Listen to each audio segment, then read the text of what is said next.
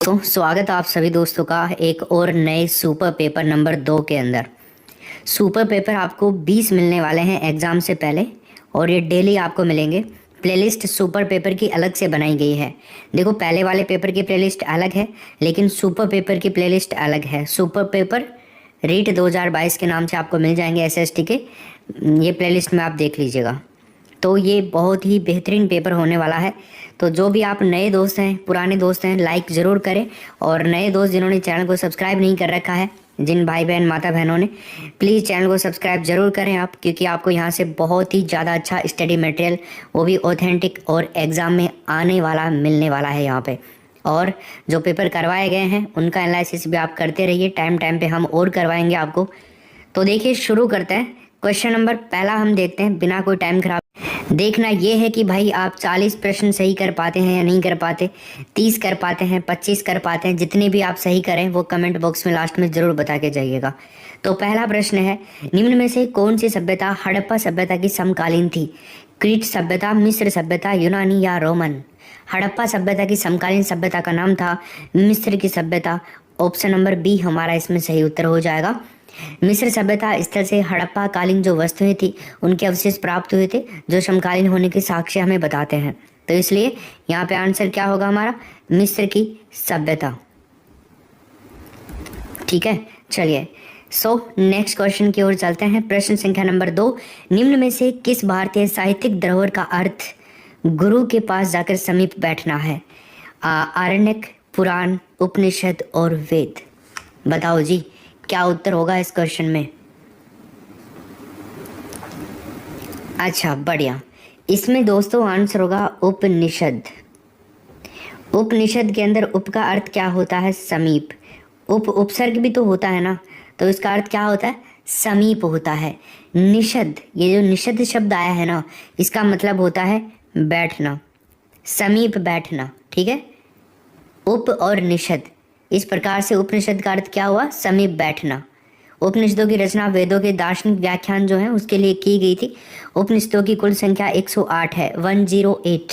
वेदों का अंतिम भाग होने के कारण इसको को आगे चलते हैं। क्वेश्चन नंबर 3 में बता दीजिए, वर्ण व्यवस्था से संबंधित पुरुष सूक्त मूलतः पाया जाता है अथर्ववेद, सामवेद, ऋग्वेद या मनुस्मृति? बताइए कहाँ पाया जाता है वर्ण व्यवस्था से संबंधित पुरुष सूक्त? दोस्तों यहाँ पे हमारा आंसर आएगा ऋग्वेद। ऋग्वेद हमारा ऑप्शन नंबर 3 हो जाएगा। वर्ण व्यवस्था से संबंधित है पुरुष सूक्त। पुरुष सूक्त मूलतः ऋग्वेद का जो 10वां मंडल है ना दोस्तों, उसके अंदर पाया जाता है। ऋग्वेद में कुल 10 मंडल है और 10वें मंडल को सबसे प्राचीन मंडल भी माना जाता है। अगर हम बात करते हैं मनुस्मृति की, तो दोस्तों मनुस्मृति हिंदू धर्म का सबसे महत्वपूर्ण और प्राचीन धर्मशास्त्र माना जाता है। हिंदू मान्यता के अनुसार मनुस्मृति ब्रह्मा की वाणी है। ब्रह्मा की क्या है? वाणी। अथर्ववेद, अथर्ववेद को दोस्तों ब्रह्मवेद के नाम से भी जाना जाता है। ब्रह्मवेद भी बोला जाता है अथर्ववेद को। इसके अंदर मोस्टली जो प्रतिपाद्य विषय हैं, तंत्र मंत्र, खगोल विज्ञान, आयुर्वेद, शल्य चिकित्सा, इन सब के बारे में आपको जानकारी मिलेगी, ज्ञान मिलेगा। सामवेद की अगर हम बात करते हैं तो सामवेद गीत संगीत प्रधान वेद है। ये छोटा ज़रूर है, लेकिन ये एक तरह से सभी वेदों का सार इसको कह सकते हो। क्यों? क्योंकि सभी वेदों के चुने हुए जो अंश है ना, वो इसके अंदर शामिल है। 4 नंबर का प्रश्न आपका इंतजार कर रहा है भाई, बताइए क्या उत्तर होगा? जैन तीर्थंकरों के क्रम में अंतिम कौन था? पार्श्वनाथ, ऋषभदेव, महावीर या मणिशुवृत? क्या नाम था उनका? जैन तीर्थंकरों में अंतिम पूछ रहा है दोस्तों आपसे। तो दोस्तों आपको मैं बता दूं, यहाँ पे हमारा आंसर होगा महावीर। 24वें तीर्थंकर और अंतिम तीर्थंकर महावीर स्वामी ही रहे थे। तो ऑप्शन नंबर इसमें 3 हो जाएगा। अगर आपको यहाँ पे पहला पूछे तो पहले थे ऋषभदेव, और अगर आपको पूछ ले पार्श्वनाथ के बारे में, पार्श्व बहुत इंपॉर्टेंट है, 23वें तीर्थंकर थे। इनके बाद में महावीर स्वामी 24वें, और मणिशुवृत जो है ना, ये 20वें तीर्थंकर थे दोस्तों। अगर आप कहोगे कि सर दूसरे कौन थे, तो दूसरे नंबर पे जो थे ना, उनका नाम था अजीतनाथ। क्या नाम था? अजीतनाथ। तीसरे नंबर पर जिनका नाम था वो थे संभवनाथ। संभवनाथ।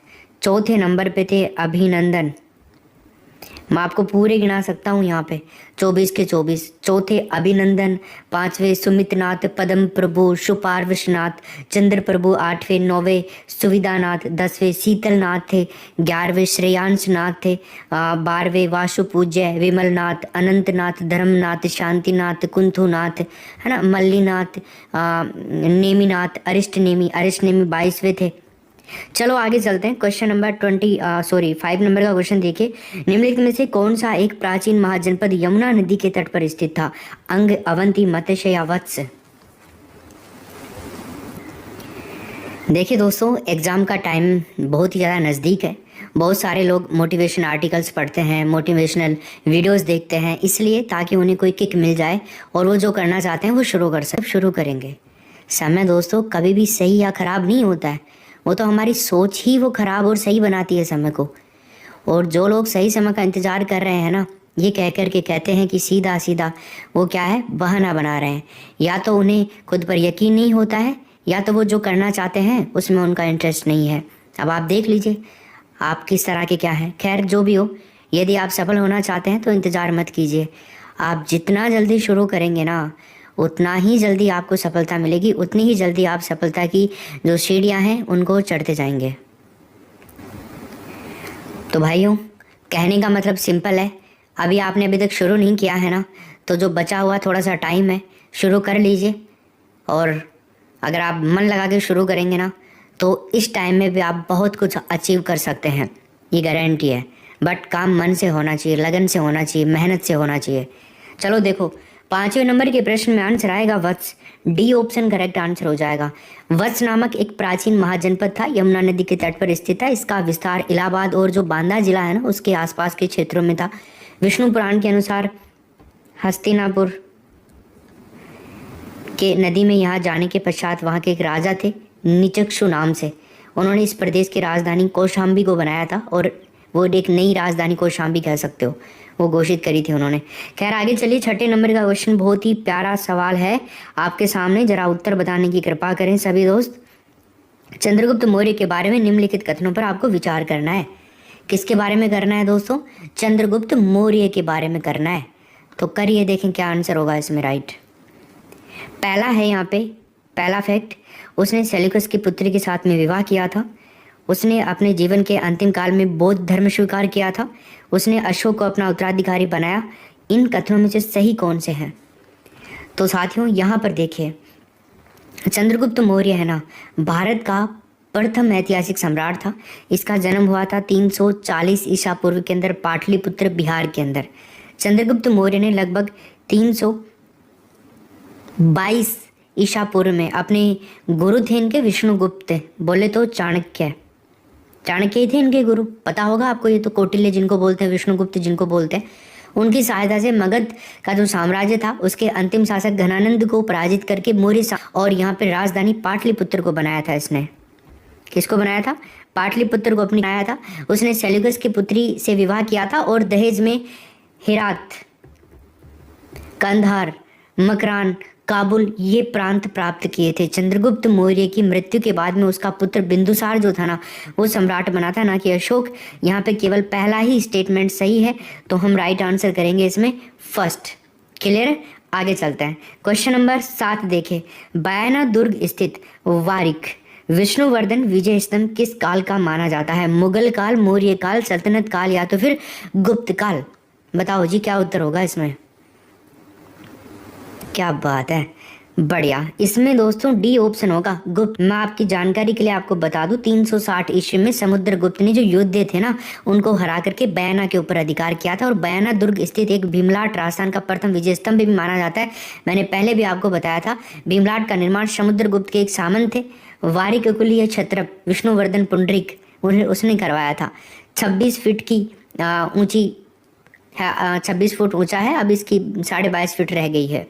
ठीक है, अगला प्रश्न आपका इंतजार कर रहा है, जरा उत्तर बताइए इसको प्यार से। चाहमानों ने दिल्ली का यानी कि दिल्ली किससे छीनी थी? गढ़वालों से, गुर्जर प्रतिहारों से, तोमर लोगों से या चंदेल लोगों से? बताइए क्या उत्तर होगा इसमें। देखो दोस्तों, जो चौहान वंशी राजा थे उनमें विग्रहराज चतुर्थ सर्वाधिक शक्तिशाली शासक हुआ करते थे। उसने तोमर राजाओं को हरा करके दिल्ली के ऊपर अधिकार किया था। इसमें राइट आंसर तीसरा हो जाएगा।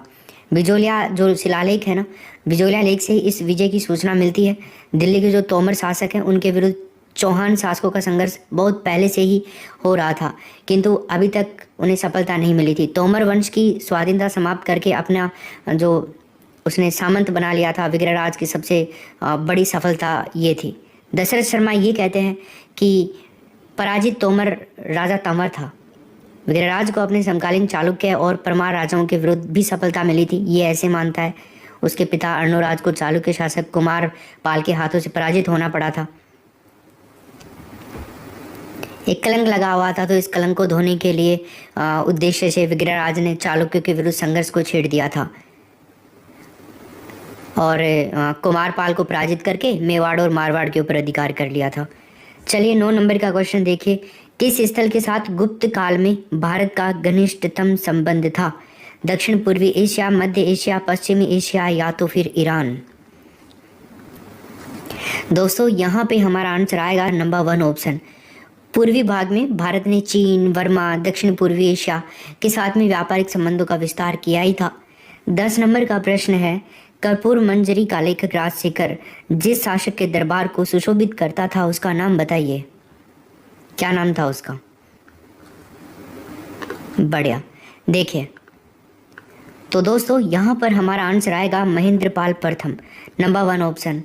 राजशेखर गुर्जर प्रतिहार शासक महेंद्रपाल प्रथम की राजसभा में निवास करते थे, जो उसके गुरु भी थे। इन्होंने कपूर मंजरी, बाल रामायण, भुवन कोश, हर विलास, बहुत सारे ग्रंथों की रचना करी थी। अगला चलते हैं क्वेश्चन नंबर 11। पाशुपत नामक शैव संप्रदाय के प्रवर्तक का नाम बताइए। माधवाचार्य, शंकराचार्य, लकुलिश या ईशान? पाशुपत नामक शैव संप्रदाय के प्रवर्तक का नाम पूछ रहा है, लकुलिश हो जाएगा इसमें तीसरा ऑप्शन। ठीक है, पाशुपत संप्रदाय शैव जो लोग हैं ना उनका सबसे प्राचीन संप्रदाय माना जाता है। इसके संस्थापक लकुलिश थे, जिन्हें भगवान शिव के 18वें अवतार के रूप में माना जाता है। भगवान शिव के 18वें अवतार लकुलिश को। ओके, चलिए क्वेश्चन नंबर 12 देखिए। जेम्स प्रथम के रूप में सर थॉमस रो कितने समय तक जहांगीर के दरबार में रहा था? जेम्स प्रथम के रूप में 1 वर्ष, 2 वर्ष, 4 वर्ष या तो फिर 3 वर्ष के लिए? क्या होगा इसमें सही उत्तर? सर थॉमस रो की बात करी जा रही है यहाँ पे, सर थॉमस रो। क्या उत्तर होगा इसमें? तीसरा ऑप्शन, 3 वर्ष के लिए। ठीक है, मुगल दरबार में ये 1616 के अंदर आए थे, 1616 में। उसे बादशाह के साथ मांडू, अहमदाबाद, अजमेर जैसे कई स्थान थे ना, उनके ऊपर जाने का अवसर भी मिला था। फिर 1619 में वो बादशाह का इस आयस का फरमान लेकर के इंग्लैंड लौट गया था कि मुगल दरबार में अंग्रेज़ों का इसी तरह स्वागत किया जाता रहेगा हमेशा ही, ऐसा लिखा हुआ था उसमें। 13 नंबर का प्रश्न देखिए। अकबर का प्रशासक कौन था? बताइए। हुमायूं, बाबर, बैरम खान और सलीम? क्या नाम है अकबर का प्रशासक? दोस्तों अकबर के प्रशासक की अगर हम बात करते हैं तो यहाँ पे आता है बैरम खान। क्या आता है दोस्तों? बैरम खान यहाँ पे राइट आंसर आएगा आपका। बैरम खान अकबर का प्रशासक था। बैरम खान अकबर का वकील भी था और अकबर का संरक्षक भी था। बैरम खान के संरक्षण में अकबर ने 1556 से 60 तक शासन किया था और अकबर ने बैरम खान को खाने खाना की उपाधि से क्या कहते हैं विभूषित भी किया था। किस उपाधि से? खान ए खाना। 14 नंबर का प्रश्न देखिए, बताइए क्या उत्तर होगा। मीर कासिम और ईस्ट इंडिया कंपनी के बीच में युद्ध का प्रमुख कारण बता दीजिए। सशस्त्र सेनाओं की संख्या के विषय में उनका विवाद, न्यायालयों के अधिकार क्षेत्र में विषय में उनका विवाद, राजस्व की वसूली के विषय में उनका विवाद या फिर ईस्ट इंडिया कंपनी के गुटिया आंतरिक झगड़ों के विषय में उनका विवाद। देखो यहाँ पे सिंपल सा हम आंसर करते चलेंगे। ऑप्शन नंबर तीसरा, राजस्व की वसूली के विषय में उनका विवाद। 1717 की बात है, 1717 में मुगल सम्राट फर्रुखशियर खान थे, उनके द्वारा कंपनी को बंगाल में बिना चुंगी दिए व्यापार करने का अधिकार मिला हुआ था। उसके द्वारा दुरुपयोग किए जाने पर एक खिन्न बंगाल के नवाब थे मीर कासिम, उन्होंने 1762 के अंदर 1762 में समूचे बंगाल के अंदर सभी जो थे, मतलब जो भी व्यापारी, उनकी चुंगी को समाप्त कर दिया था और परिणाम स्वरूप बंगाल जो कंपनी था, कंपनी को राजस्व का नुकसान होने लगा था इसी कारण से, जिससे मीर कासिम और कंपनी जो थी उनके बीच में राजस्व को लेकर विवाद खड़ा हो गया था। 15 नंबर का प्रश्न देखिए, तथाकथित कुशासन के आधार पर किस गवर्नर जनरल ने मैसूर राज्य के प्रशासन को ले लिया था?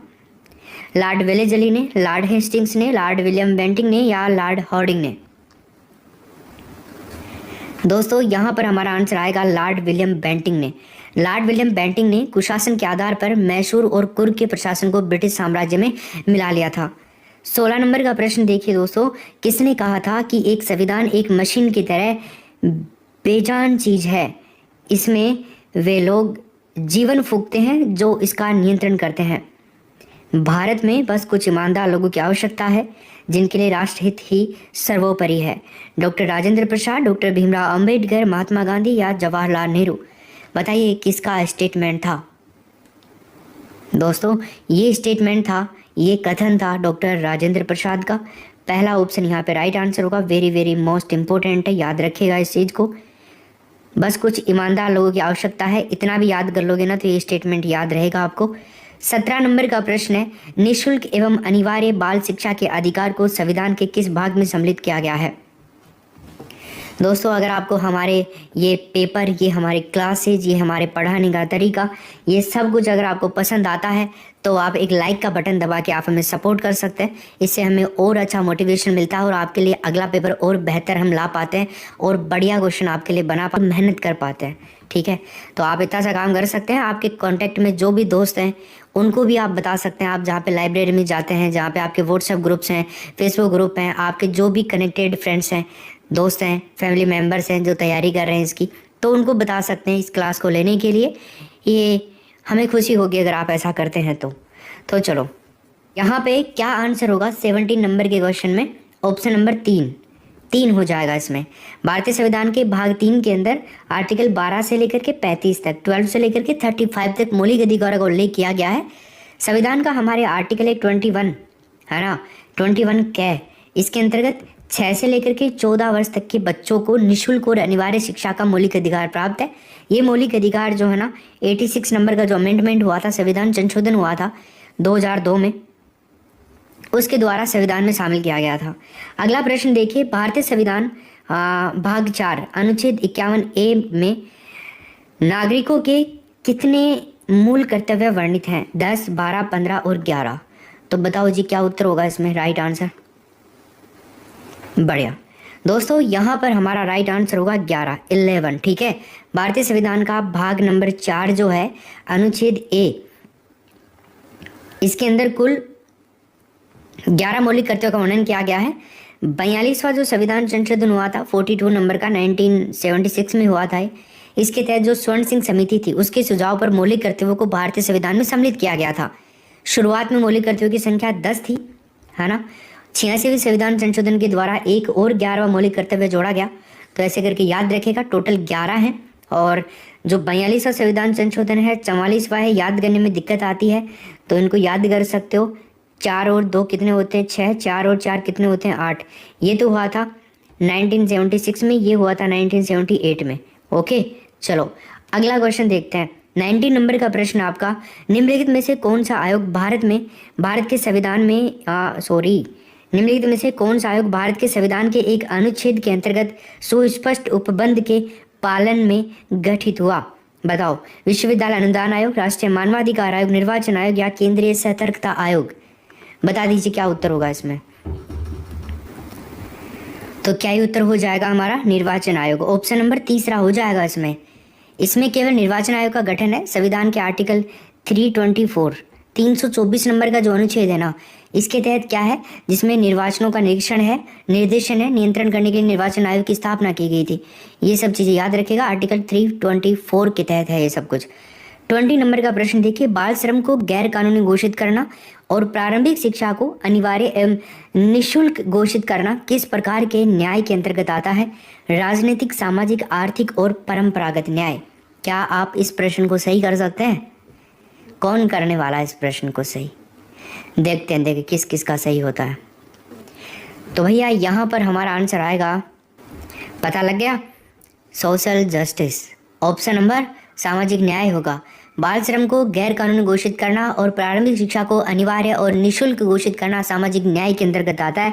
21 देखिए, राष्ट्रपति के निर्वाचन मंडल में शामिल है।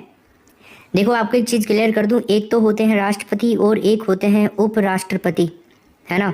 तो उपराष्ट्रपति का जो निर्वाचन मंडल होता है ना, इसमें मनोनीत और निर्वाचित दोनों तरह के सदस्य भाग लेते हैं, लोकसभा और राज्यसभाओं के। लेकिन यहाँ पर अगर हम बात करते हैं राष्ट्रपति के केवल, तो राष्ट्रपति के निर्वाचन में केवल लोकसभा के सदस्य, केवल राज्य विधानमंडलों के सदस्य, संसद के दोनों सदनों के चुने हुए सदस्य एवं राज्य विधानसभाओं के चुने हुए सदस्य और संसद के सदस्य और उपराष्ट्रपति। ठीक है, इसमें लंबी लाइन आप कर सकते हो। जो निर्वाचित सदस्य होते हैं ना दोस्तों, निर्वाचित सदस्य मतलब जो चुने हुए सदस्य होते हैं, वो ही सदस्य राष्ट्रपति के चुनाव में भाग लेते हैं। किस किस के? लोकसभा, राज्यसभा, राज्य की विधानसभा, दिल्ली और पुदुचेरी जो केंद्र शासित प्रदेश है, इनकी विधानसभाओं के निर्वाचित सदस्य केवल चुने हुए सदस्य। ध्यान रखिएगा, इसमें तीसरा ऑप्शन होगा। अगला क्वेश्चन है हमारा 22 नंबर का, राष्ट्रपति के निर्वाचन में राज्य का मुख्यमंत्री मतदान करने के लिए पात्र नहीं होता यदि वो स्वयं प्रत्याशी होता, उसे राज्य विधानमंडल के निचले सदन में अपना बहुमत सिद्ध करना शेष हो, वो राज्य विधानमंडल के उच्च सदन का सदस्य हो, यदि वह कामचलाऊ रूप में नियुक्त मुख्यमंत्री हो। बताइए क्या उत्तर होगा इसमें? तो इस प्रश्न में हमारा सही उत्तर होगा वो राज्य विधानमंडल के उच्च सदन का सदस्य हो। हमारे संविधान के एक अंदर आर्टिकल है 54 नंबर का, है ना। इसमें यह कहा गया है कि राज्य विधानमंडल के उच्च सदन यानी कि विधान परिषद के सदस्य का उल्लेख निर्वाचन मंडल में नहीं है। ठीक है, आगे चलते हैं। 23 देखिए, निम्न में से राष्ट्रपति होने से पूर्व भारत के उपराष्ट्रपति पद पर आसीन नहीं रहा। बताइए, मतलब उपराष्ट्रपति से क्वेश्चन है, वो राष्ट्रपति से क्वेश्चन था। डॉक्टर एस राधाकृष्णन, जाकिर हुसैन, नीलम संजीव रेड्डी और आर वेंकटरमन। क्या आंसर होगा इसमें दोस्तों? यहाँ पे हमारा आंसर होगा नीलम संजीव रेड्डी। इनके अलावा अन्य सभी जो है ना भारत के उपराष्ट्रपति पद पर रहे हैं। राधाकृष्णन जो थे ये 1952 से 62 तक रहे थे। जाकिर हुसैन 62 से लेकर के 67 तक रहे थे। और आर वेंकटरमन ये 1982 से लेकर के 1987 तक रहे थे, ये इंडिया के प्रेसिडेंट के रूप में। अगला प्रश्न देखिए 24 नंबर का, किस प्रधानमंत्री के कार्यालय में 2 डिप्टी प्रधानमंत्री रहे हैं?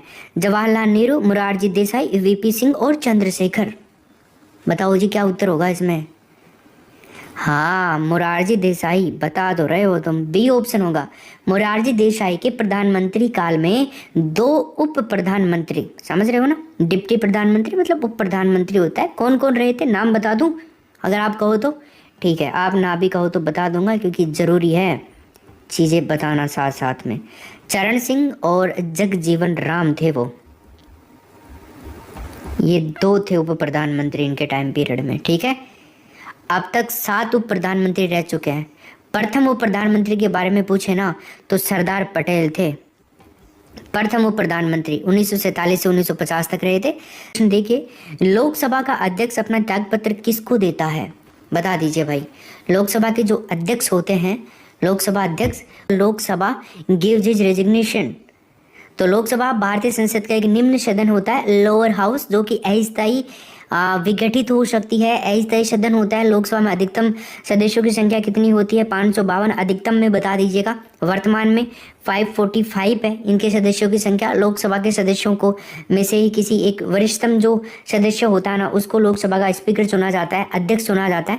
तो लोकसभा में बहुमत द्वारा लोकसभा अध्यक्ष को हटाया भी जा सकता है और वो अपना त्यागपत्र लोकसभा के उपाध्यक्ष जो होते हैं ना उनको सौंपते हैं, उपाध्यक्ष को। डी ऑप्शन हो जाएगा इसमें। ठीक है, देखो अब तक भारतीय जो संसदीय इतिहास है ना उसमें 3 बार ऐसा हो चुका है। तीन स्पीकर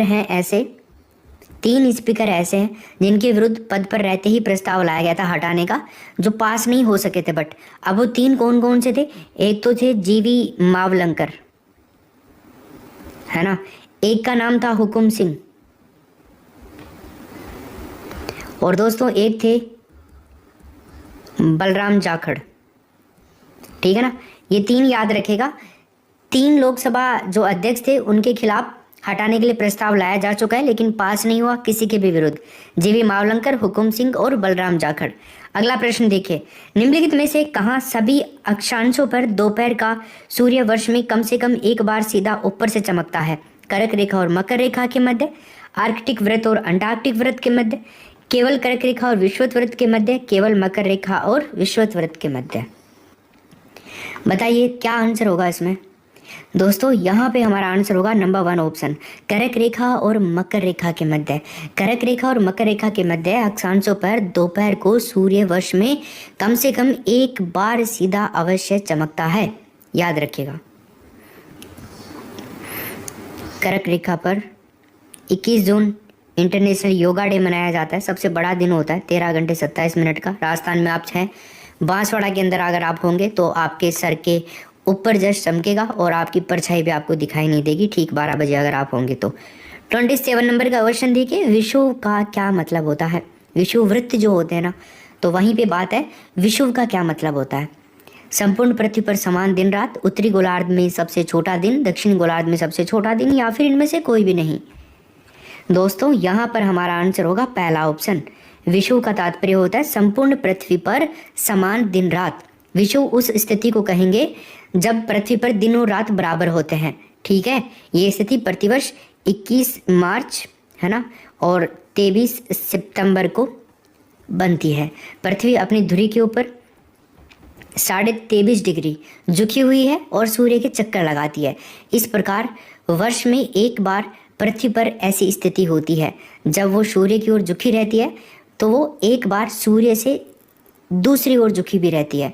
तो इस प्रकार वर्ष में 2 बार 21 मार्च और 23 सितंबर को ऐसी स्थिति आती है जब पृथ्वी का झुकाव न सूर्य की ओर होता है और न ही सूर्य के दूसरी ओर, बल्कि बीच में रहता है। तो इस स्थिति को विषुव यानी कि इक्विनोक्स कहा जाता है। इन दोनों तिथियों में दिन और रात की लंबाई बराबर होती है। दोस्तों 27 हो गया। 28 देखिए अब आप, पवनों के विक्षेपण पर कोरियोलिस प्रभाव सर्वाधिक कहाँ रहता है? ध्रुवों पर, भूमध्य रेखा पर, 45 डिग्री उत्तरी और दक्षिणी अक्षांश पर, या 23.5 डिग्री उत्तरी और दक्षिणी अक्षांश पर? दोस्तों यहाँ पर हमारा आंसर होगा ध्रुवों पर, नंबर 1 ऑप्शन। ठीक है ना, नंबर 1 हो जाएगा। यदि पृथ्वी अपने अक्ष पर न घूमती होती तो पवने, है ना, पवने दाब प्रवणता की दिशा में बहती। तो पृथ्वी की अक्षीय जो गति होती है एक बल उत्पन्न करती है जिसे कोरियोलिस बल कहा जाता है। ये बल पवनों को दाब प्रवणता की दिशा में विचलित कर देता है। पृथ्वी की जो अक्षीय गति होती है उससे उत्पन्न कोरियोलिस बल का विषुवत रेखीय क्षेत्र है ना, उनमें पवनों की दिशा पर कोई प्रभाव नहीं पड़ता है। लेकिन जैसे जैसे जो उच्च अक्षांश है उनकी ओर चलती है ना ये, तब पृथ्वी की जो अक्षीय गति है उनके ऊपर प्रभाव बढ़ जाता है। तो ध्रुवों पर यह प्रभाव सबसे ज़्यादा होता है, ये भी आपको ध्यान रखना है। 29 नंबर का क्वेश्चन देखिए अब आप, जब सूर्य, चंद्रमा और पृथ्वी एक सरल रेखा में है तो ज्वार होगा लघु ज्वार, दीर्घ ज्वार, दैनिक ज्वार या मिश्रित ज्वार? कैसा ज्वार होगा साथियों? वो ज्वार कहलाएगा दीर्घ ज्वार। बी ऑप्शन हो जाएगा आपका। दीर्घ ज्वार किसे कहते हैं? जब सूर्य, चंद्रमा, पृथ्वी एक सरल रेखा में एक रूप में होते हैं ना, तो उस समय सूर्य और चंद्रमा के सम्मिलित गुरुत्वाकर्षण बल के प्रभाव से सामान्य ज्वार से अधिक ऊंचे ज्वार की उत्पत्ति होती है। इसी को दीर्घ ज्वार कहा जाता है। ठीक है, दीर्घ ज्वार के समय ज्वार की जो ऊंचाई है ना, सामान्यतः ज्वार से 20% अधिक होती है। जो सामान्य ज्वार होता है उससे 20 टाइम ज़्यादा होती है। तो इस समय आने वाला भाटा जो होता है उसकी गहराई सामान्य भाटे से भी ज़्यादा होती है, ज्वार और भाटा। ओके, 30 नंबर का क्वेश्चन देखिए, निम्न में से कौन सी एक ठंडी महासागरीय धारा नहीं है? बताओ। अच्छा, आपको एक और बात बता दूं, यहाँ पे याद आ गई, थोड़ी सी ज़रूरी है थोड़ा सा याद करना इसको भी। देखो, एक माह में है ना 2 बार दीर्घ ज्वार की उत्पत्ति होती है। 2 बार दीर्घ ज्वार 2 बार आता है। एक बार पूर्णिमा को आता है, पूर्णिमा के समय वियुति स्थिति बोला जाता है, और एक बार अमावस्या को। तो अगर आपसे पूछ ले ज्वार 2 बार महीने में कब आता है, एक तो पूर्णिमा को और एक बार अमावस्या को। पूर्णिमा वाला जो ज्वार होता है ना, इसको वियुति के नाम से भी जाना जाता है और अमावस्या वाला युति के नाम से जाना जाता है। ठीक है, युति मतलब sun moon earth, sun moon और अर्थ, इसका मतलब अमावस्या। अमावस्या को सन मून और अर्थ है ना, तीनों एक दिशा में होते हैं सरल रेखा में। और वियुति का मतलब क्या होता है दोस्तों, वियुति का मतलब हो गया सन, अर्थ एंड मून, ये कंडीशन होती है वियुति। तो इस कंडीशन में पूर्णिमा होती है, याद रखिएगा आप। ठीक है, अब दीर्घ ज्वार की स्थिति कैसे बनेगी, सीजी की प्लस सीजी यूटी प्लस वियुति बराबर दीर्घ ज्वार हो जाएगा। समझ गए, चलो आगे चलते हैं। निम्न में से कौन सी एक ठंडी महासागरीय धारा नहीं है, बताओ। ठंडी महासागरीय धारा कौन सी नहीं है, बेंगुला, पेरू, कनारी और अगुलहास। देखो ये भी ठंडी है, ये भी ठंडी है, ये भी ठंडी है, बट ये ठंडी नहीं है, इसमें डी ऑप्शन हम राइट आंसर करेंगे। अगुलहास धारा है ना, हिंद महासागर में प्रवाहित होती है और एक गर्म जल धारा है, गर्म जल धारा। इसकी उत्पत्ति इस प्रकार होती है, जो दक्षिणी विषुवतरेखीय हिंद महासागरीय धारा है उसकी एक शाखा है मोजाम्बिक चैनल, वहां से होते हुए दक्षिण की ओर प्रवाहित होती है। ये मोजाम्बिक एक गर्म जल धारा है, तो उसी के सहारे सहारे चलती है। 31 देखिए, भारत का दक्षिणतम बिंदु किस राज्य या केंद्र शासित प्रदेश में स्थित है, केरल, तमिलनाडु, निकोबार द्वीप समूह या लक्षद्वीप। दक्षिणतम बिंदु की बात कर रहा है दोस्तों, निकोबार द्वीप समूह हो जाएगा इंदिरा पॉइंट।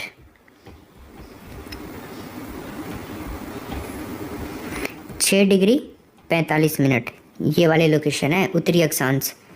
32 देखिए, कौन से वृक्ष से चारकोल बनाया जाता है, बबूल, पीपल, धोकड़ा या पलास, बता दो। चारकोल लकड़ी, हड्डी, ये जो सब है ना, लकड़ी, हड्डी, इनको ऑक्सीजन की अनुपस्थिति में गर्म करके उसमें से जल और जो बाकी वाष्पशील जो पदार्थ होते हैं उनसे निकाल करके बनाया जाता है। यानी कि चारकोल ऊष्मा विघटित क्रिया होती है, उसके द्वारा बनाया जाता है। इसमें धोकड़ा हो जाएगा तीसरा ऑप्शन राइट आंसर। 33 देखिए, शांत घाटी किस राज्य में स्थित है, महाराष्ट्र, केरल, कर्नाटक और उत्तराखंड। बताइए शांत घाटी, बढ़िया है, शांत घाटी केरल में है, B option. Very very important question है। ये घाटी जैव विविधता की दृष्टि से काफी महत्वपूर्ण है, जैव विविधता की दृष्टि से। 34 देखिए अब आप, निम्नलिखित नदी परियोजनाओं में से कौन व्यास नदी के पोंग बांध के जल का उपयोग करती है, इंदिरा गांधी नहर परियोजना, पोचम बांध परियोजना या मयूराक्षी परियोजना या नागार्जुन सागर परियोजना। बता दो दोस्तों क्या उत्तर होगा इसमें। ठीक है गाइस, इसमें आंसर होगा इंदिरा गांधी नहर परियोजना, नंबर 1 ऑप्शन। व्यास परियोजना पंजाब, हरियाणा और राजस्थान की है, पंजाब, हरियाणा और राजस्थान इनकी परियोजना है। इसके अंतर्गत है ना, इंदिरा गांधी नहर में शीत ऋतु में नियमित जलापूर्ति बनाए रखने के लिए व्यास नदी पर पोंग बांध बनाया गया है। 35 देखिए, निम्नलिखित में से किस प्रकार की मिट्टी में स्वयं जुताई का गुण पाया जाता है, काली मिट्टी, जलोढ़ मिट्टी या शुष्क मिट्टी या फिर लैटेराइट मिट्टी। बताइए स्वयं जुताई, इसीलिए उसको स्वतः जुताई वाली मिट्टी भी कहा जाता है। तो उस मिट्टी का नाम है काली मिट्टी। इसमें क्या है ना, जो नमी होती है ना, वो नमी अगर सूख जाती है ना, बहुत टाइम तक इसमें पानी नहीं दिया जाए या बारिश ना हो, तो उसमें दरारें आ जाती हैं और दरारें काफ़ी चौड़ी हो जाती है। तो ऐसा लगता है कि इसकी जुताई हो चुकी है खुद से ही, है ना। इसमें कपास वगैरह की खेती की जाती है। बेसाल्टिक चट्टान जो पाई जाती है ना, बेसाल्टिक चट्टानें, वहाँ पर ये मिट्टी आपको पाई जाएगी। इस मिट्टी में नाइट्रोजन और ह्यूमस की मात्रा की कमी होती है। लोहा और एल्यूमिनियम की मात्रा इसके अंदर अपेक्षाकृत ज़्यादा होती है बाकी मिट्टियों के। इसका रंग काला पड़ता है। काला किस लिए होता है, एल्यूमिनियम की यौगिक पाए जाते हैं, टिटिनेफिरस और मैग्नेटाइट, उनकी वजह से इसका रंग काला होता है। वर्षा के समय में काली मिट्टी जो है ना, ज़्यादा चिपचिपी हो जाती है, मतलब चिकनाहट होती है, क्ले की मात्रा ज़्यादा होती है, सूखने पर दरारें पड़ जाती हैं। चलिए आगे देखते हैं। 36 देखिए, राजस्थान के निम्नलिखित में से कौन सा एक भौतिक विभाजन सर्वाधिक क्षेत्रफल वाला है, पूर्वी मैदानी प्रदेश, दक्षिणी पूर्वी पठारी प्रदेश, उत्तरी पश्चिमी मरुस्थलीय प्रदेश या अरावली पर्वतीय प्रदेश। देखिए साथियों, यहाँ पे हमारा आंसर आएगा उत्तरी पश्चिमी मरुस्थलीय प्रदेश, तीसरा ऑप्शन। ठीक है, देखो उत्तरी पश्चिम मरुस्थलीय प्रदेश में 61.11% क्षेत्रफल पाया जाता है। पूरी क्षेत्रफल की बात कर रहे हैं अपन। पूर्वी मैदानी प्रदेश में 23% पाया जाता है। दक्षिण पूर्वी पठारी प्रदेश जो है ना 6.89% पाया जाता है। अरावली पर्वतीय प्रदेश के अंदर 9% क्षेत्रफल पाया जाता है। तो ऐसे करके 100% क्षेत्रफल हो गया। 61.11 के ऊपर 40% जनसंख्या निवास करती है। 23 के ऊपर 39% जनसंख्या निवास करती है। 6.9% के ऊपर 11% जनसंख्या निवास करती है और 9% के ऊपर 10% जनसंख्या निवास करती है राजस्थान की। याद रखिएगा। चलते हैं आगे देखिए क्वेश्चन नंबर 37। राजस्थान में कुंभलगढ़ और गोगुंदा के बीच के पठार का नाम बताइए ज़रा आप, क्या है? कुंभल और गोगुंदा वाला जो पठार है ना, ये काफ़ी इंपॉर्टेंट पठार है। तो यहाँ पे उत्तर क्या कर देंगे? भोराट का पठार। तीसरा ऑप्शन राइट आंसर कर देंगे हम इसमें। हाँ, कुंभलगढ़ राज्य संबंध में है और गोगुंदा उदयपुर में है। पठारी बाग है, भोराट का पठार कहलाता है। राजस्थान का दूसरा ऊंचा पठार है। इसकी ऊंचाई 1225 मीटर है। पिछले पेपर में भी मैंने आपको बताया था। उड़िया पठार है ना, ये सिरोही जिले में है। उड़िया पठार कहाँ है? सिरोही में है। सबसे ऊंचा पठार है राजस्थान का 1360 मीटर। मीसा का पठार जो है ना, ये चित्तौड़गढ़ जिले में है। याद रखिएगा। आबू का पठार जो है ना, ये सिरोही जिले के अंदर है। 1200 मीटर ऊंचा है, सिरोही में है। आगे चलते हैं। अगला प्रश्न देखिए 38। कौन सा कोड पश्चिमी बीकानेर की जलवायु के लिए काम में लिया जाता है? बताओ जी, कौन सा कोड है? CAW, BWH, BSH या AW? महान भारतीय मरुस्थल मतलब ग्रेट इंडियन डेजर्ट क्षेत्र के अंदर सम्मिलित है। BWH होगा इसमें right answer. B right answer होगा, ठीक है ना। BOW कैपिटल ये स्मॉल में आएगा यहाँ पे। शुष्क मरुस्थलीय जलवायु प्रदेश बोला जाता है इसको। इस प्रदेश में राजस्थान का जो पश्चिमी जिला जैसलमेर है, उत्तरी पश्चिमी बाड़मेर है, बीकानेर का पश्चिमी भाग है, यानी कि पाकिस्तान की सीमा से लगा हुआ महान भारतीय मरुस्थल वो इसमें। 39 देखिए। बिहड़ इस्लाकृति निम्नलिखित में से किस नदी से संबंधित है? चंबल, घग्गर, माही या लूनी? बिहड़ इस्लाकृति दोस्तों यहाँ पर आंसर आएगा चंबल। ऑप्शन नंबर पहला हो जाएगा इसमें, ठीक है। भीड़ इस्लाकृति चंबल नदी वाले क्षेत्र से संबंधित है। इससे नदी बेसिन का लगभग 4500 वर्ग किलोमीटर क्षेत्र बिहड़ से प्रभावित है। बिहड़ क्षेत्र राजस्थान के सवाई माधोपुर, करौली, धौलपुर जिलों में है और धौलपुर और सवाई माधोपुर के अंदर चंबल नदी के आसपास का क्षेत्र ज़्यादा कटा-फटा क्षेत्र है। इसमें सबसे ज़्यादा महत्वपूर्ण चंबल बिहड़ पट्टी ही है, जो लगभग 480 किलोमीटर लंबाई के अंदर कोटा और 12 जिले के अंदर विस्तृत है। आगे चलते हैं। 40 नंबर का प्रश्न देखिए। निम्नलिखित में से कौन सा जोड़ा सही सुमेलित नहीं है? नक्की झील सिरोही में, गढ़सीसर तालाब या झील जैसलमेर में, उम्मेद सागर जोधपुर में, तलवाड़ा गंगानगर में? तलवाड़ा कर लीजिए इसको आप, ठीक है। तलवाड़ा झील, इसको जोड़ा भी कहा जाता है, जोड़ा। हनुमानगढ़ जिले में है दोस्तों, ना कि गंगानगर में, ठीक है। जहाँ से घग्गर नदी के राजस्थान में प्रवेश करती है ना, तिलवाड़ा बाड़मेर जिले से है ना, तो वहाँ पे लोक देवता मल्लीनाथ जी का प्रमुख मंदिर भी स्थित है। आगे चलते हैं। बाकी तो नक्की सिरोही, मुंबई, सागर, जोधपुर में, गढ़सीसर, जैसलमेर में, बाकी सब सही है। 41 देखो आप। प्राचीनतम जुते हुए खेत के पुरातात्विक अवशेष किस सांस्कृतिक स्तर से प्राप्त हुए हैं? प्राक-कूपर, हड़प्पा युगीन संस्कृति मतलब प्राकु हड़प्पा युगीन संस्कृति, हड़प्पा युगीन संस्कृति, या प्राक ही कर लीजिए आप इसको ना, प्राक हड़प्पा, ये हलंत लगा दो इसको। ताम्र पाषाण युगीन संस्कृति और नव पाषाण युगीन संस्कृति। बताओ जी क्या उत्तर होगा इसमें? 42 नंबर का प्रश्न है भाई आपके सामने, उत्तर बताइए क्या होगा 41 नंबर का। इसमें आंसर होगा प्राक हड़प्पा युगीन संस्कृति, नंबर 1 ऑप्शन। कालीबंगा से जुते हुए खेत के साक्ष्य मिले हैं। भूकंप के आने के प्राचीनतम साक्ष्य भी यहाँ से मिले हैं, जिससे यहाँ के प्राक हड़प्पा सभ्यता का अंत हुआ था। कालीबंगा सभ्यता की खोज 1952 के अंदर अमला आनंद घोष के द्वारा करी गई थी। उसके बाद में 64-63 के आसपास में बीबी लाल और बीके थापर ने इसका उत्खनन कार्य करवाया था। नेक्स्ट क्वेश्चन है 42 नंबर का। निम्नलिखित जोड़ों में से कौन सा सही सुमेलित नहीं है? राणा प्रताप सिसोदिया वंश से थे। राजा मान सिंह हाड़ा वंश से, जसवंत सिंह राठौड़ वंश से और महाराणा हमीर गोहिल वंश से। राणा प्रताप सागर समझ लिया हमने, देखा नहीं आगे। चलो खैर कोई नहीं, बताइए। वंश पूछ रहा है कौन से जो सम्राट थे ये किस वंश से संबंधित थे। सही नहीं है पूछ रहा है, इसमें गलत जोड़ा बता दो, 3 तो सही है। राणा प्रताप सिसोदिया वंश से थे, इसमें कोई दो राय नहीं है। राजा मान सिंह हाड़ा वंश से नहीं थे दोस्तों। राजा मान सिंह जो है ना, ये मारवाड़ के राठौड़ वंश के शासक थे, मारवाड़ के राठौड़ वंश के। इन्होंने 1804 से 1843 तक शासन किया था। राजा मान सिंह नाथ संप्रदाय के प्रमुख पीठ महामंदिर का निर्माण करवाया था। जोधपुर के अंदर मान सिंह पुस्तकालय की स्थापना भी करी गई थी। नेक्स्ट क्वेश्चन देखिए 43। राजस्थान के कोटा राज्य में 1857 के विद्रोह का नेतृत्व करने वाले का नाम बताइए। लाला जयदयाल और मेहराब खान, पंडित नैनूराम शर्मा और विजय सिंह पथिक, लाला हरदयाल और महावत खान, खुशहाल सिंह और राम सिंह। बताओ जी दोस्तों, यहाँ पर हमारा आंसर होगा लाला जयदयाल और मेहराब खान, पहला ऑप्शन। इनके नेतृत्व में है ना 15 अक्टूबर 1857 को क्रांति का बिगुल बुझा दिया गया था। कोटा के पॉलिटिकल एजेंट थे बर्टन और उनके 2 पुत्र थे, डॉक्टर शैंडलर और काटम। उनकी हत्या कर दी गई थी। क्रांतिकारियों ने बर्टन का सिर धड़ से अलग कर दिया था और इसको सारे शहर के अंदर खुला प्रदर्शन किया था। 44 नंबर का क्वेश्चन देखिए। राजपूताना मध्य भारत सभा की स्थापना कब हुई थी, बता दो। 1919, 1924, 1905 या फिर none of this. When was Rajputana Madhya Bharat Sabha established? Answer आएगा 1919, पहला ऑप्शन। ठीक है, देखो 1918 में है ना दिल्ली के अंदर एक कांग्रेस का अधिवेशन का आयोजन किया गया था। राजस्थान के कई व्यक्तियों ने इसमें भाग भी लिया था।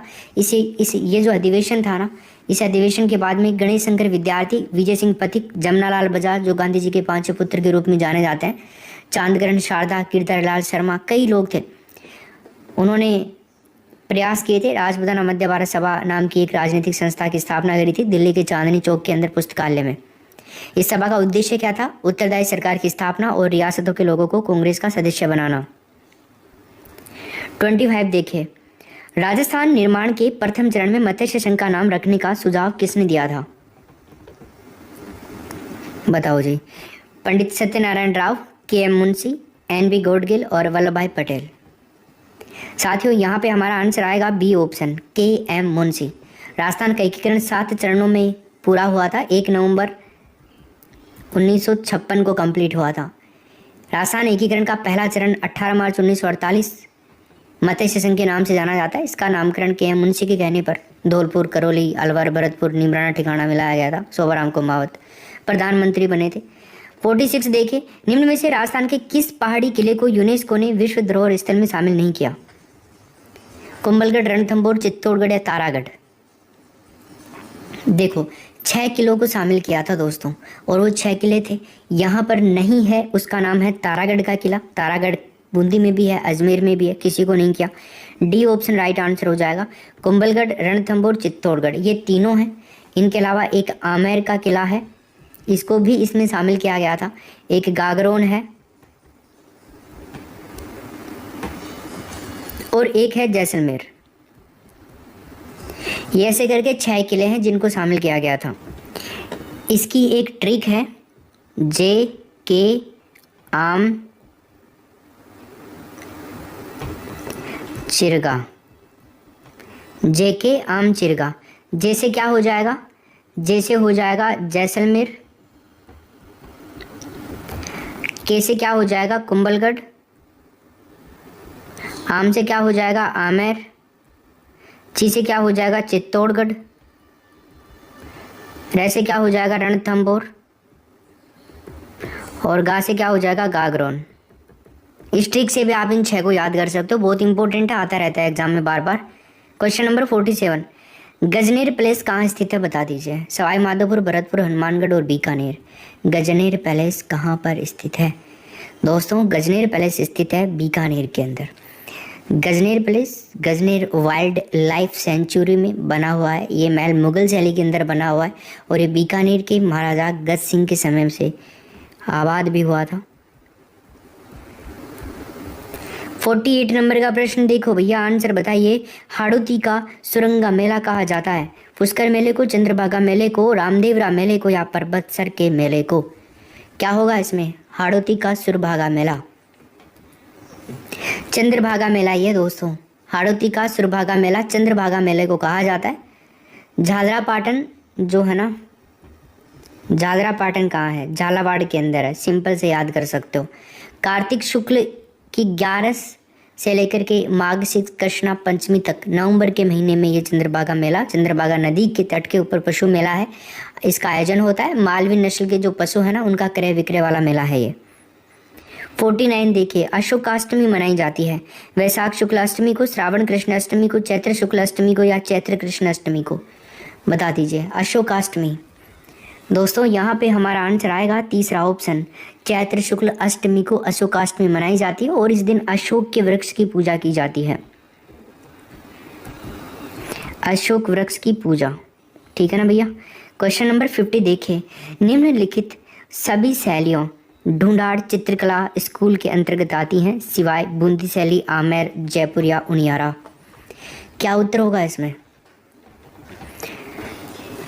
ढूंढाड़ चित्रकला स्कूल के अंतर्गत 3 आती हैं, एक नहीं आती है, उसका नाम है बूंदी शैली, नंबर 1 ऑप्शन। बाकी ढूंढाड़ चित्रकला स्कूल के अंतर्गत जयपुर शैली आती है, आमेर शैली आती है, उनियारा आती है। इसके अलावा अलवर शैली भी ढूंढाड़ के अंतर्गत ही आती है दोस्तों। हाड़ौती चित्रकला स्कूल के अंतर्गत आती है बूंदी शैली, कोटा शैली, झालावाड़ शैली, ये हाड़ौती के अंतर्गत आती हैं। 51 नंबर का प्रश्न हम देखेंगे, जरा प्यार से उत्तर बताना, ठीक है। निम्नलिखित कथनों में से कौन सा सामाजिक विज्ञान के बारे में सही है? कथन 1 है, जानकारी का स्मरण करने से अवधारणात्मक विकास होता है, तथ्य का स्तर सदैव निश्चित होता है। बी सही है, दोनों सही हैं, दोनों कोई सही नहीं है, या तो फिर ओनली बी सही है, केवल बी सही है। यहाँ पर भी केवल बी हो गया, यहाँ पर भी केवल बी हो गया, ए और बी दोनों में से कोई नहीं। यहाँ पे आप केवल ए कर लीजिए, केवल ए सही है, इसमें ऐसे कर लीजिए। दोस्तों देखो, जानकारी का स्मरण करने से अवधारणात्मक विकास होता है, नहीं, ऐसा पॉसिबल नहीं है। देखो, सामाजिक विज्ञान में जानकारी का स्मरण करने मात्र से अवधारणात्मक विकास नहीं हो सकता है, बल्कि बच्चों का सामाजिक विकास के अलग अलग विषयों को अंतर संबंधित करके देखने या अपने आसपास में होने वाली जो विभिन्न घटनाएं हैं उनको विस्तार से समझने से अवधारणात्मक विकास होता है। इसी प्रकार सामाजिक विज्ञान में तथ्य की अगर हम बात करते हैं तो तथ्य का स्तर सदैव निश्चित नहीं होता है, बल्कि निरंतर अनुसंधान और बदलते वातावरण और आवश्यकताएं जो है ना, उनके अनुसार तथ्यों में परिवर्तन भी होता रहता है। यानी कि हम कह सकते हैं कि इसमें कोई सही नहीं है। 52 नंबर का क्वेश्चन देखेंगे अब हम, और ये हमसे पूछ रहा है, सामाजिक विज्ञान की पाठ्यचर्या उच्च प्राथमिक स्तर पर केंद्रित करता है। बताइए। पृथ्वी के जीवन के आवास के रूप में समझ बनाना, अपने क्षेत्र, राज्य और देश पर अध्ययन करना, भारत के अतीत और सामाजिक विकास का अध्ययन करना, या फिर इनमें से सभी विकल्प क्या हो सकते हैं? चयन करना है आपको सही विकल्प का। ए सही है, 2 सही है, 3 सही है, या फिर 1 और 3 सही है। देखिए दोस्तों, यहाँ पे तीनों स्टेटमेंट बिल्कुल सही हैं, कोई दिक्कत नहीं है। आगे बढ़ते हैं हम इन तीनों स्टेटमेंट के साथ में। लाइक का बटन अगर आप चाहते हैं तो दबा सकते हैं, हमें अच्छा लगेगा। निम्न में से कौन सामाजिक अध्ययन विज्ञान की प्रमुख शिक्षण विधि नहीं है? व्याख्यान विधि, प्रयोगशाला विधि, गृह विधि या प्रायोजना विधि? बताइए क्या होगा इसमें? सामाजिक विज्ञान अध्ययन की प्रमुख विधि नहीं है, गृह विधि नहीं है, बाकी व्याख्यान है, प्रयोगशाला है और प्रायोजना विधि भी है। 54 में देखो बाप, कल्पना की अधिकता के कारण दिवा स्वप्न देखने वाले को कहा जाता है? समायोजित, असमायोजित, प्रतिभाशाली या बुद्धिमान? बता दीजिए दोस्तों। यहाँ पे हमारा आंसर होगा असमायोजित, सेकंड ऑप्शन राइट आंसर, ठीक है। 55 नंबर का क्वेश्चन देखिए, समालोचन चिंतन को सकारात्मक रूप से प्रभावित करने वाला कारण नहीं है। बताइए कौन सा नहीं है? तो दोस्तों यहाँ पे हमारा आंसर आएगा दंड देना, तीसरा ऑप्शन राइट आंसर हो जाएगा इसमें। ओके, अगला क्वेश्चन देखेंगे अब हम। 56 नंबर का प्रश्न है, पृथ्वी प्रतिमान का प्रवर्तक किया था? आर्मस्ट्रॉन्ग, रिचर्ड सकमैन, जॉन डीवी या किलपैट्रिक? पृथ्वी प्रतिमान का परिवर्तन किया था दोस्तों रिचर्ड सकमैन ने। इंपॉर्टेंट क्वेश्चन है, याद करिएगा इसको। 57 नंबर का प्रश्न देखिए, मानचित्र को समझने की सर्वव्यापी भाषा को समझा जा सकता है वर्णमाला के अक्षरों द्वारा, रूढ़ चिन्हों द्वारा, थीमेटिक मानचित्रों द्वारा और रेखा चित्रों के द्वारा। गाइज हमारा यहाँ पे आंसर होगा रूढ़ चिन्हों के द्वारा, बी ऑप्शन करेक्ट आंसर हो जाएगा इसमें। 58 नंबर का प्रश्न देखिए आप, शिक्षा में सूचना संप्रेषण तकनीकी की आवश्यकता क्यों है, बताओ क्या होगा 58 में राइट आंसर।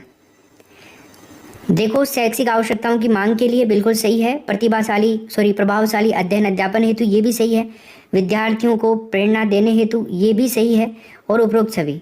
तो हमारा राइट आंसर क्या हो जाएगा इसमें, डी करेक्ट आंसर। 59 देखिए, father of the project method किसने बनाया था, या इसके जनक किसको माना जाता है। फादर प्रोजेक्ट मेथड के पिता किसे कहा जाता है, W.H. किलपैट्रिक को, मैकाले को, अरस्तु को, या प्लेटो को।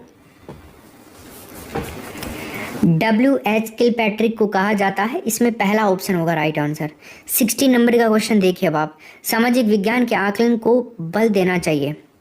देखिए एक बार आप इनको ढंग से, जो ऑप्शन है आपके सामने 4, उन अधिगमकर्ताओं की पहचान करना जो असफल रहे हो, अधिगमकर्ताओं की कक्षा में लेखन की क्षमता की जांच, अधिगमकर्ताओं को के सूचना को याद रखने का मापन करना, अपने अधिगम को विभिन्न दैनिक परिस्थितियों से जोड़ने की अधिगमकर्ताओं की क्षमता का मूल्यांकन करना। तो दोस्तों इसमें हमारा राइट आंसर होगा डी ऑप्शन, ठीक है ना।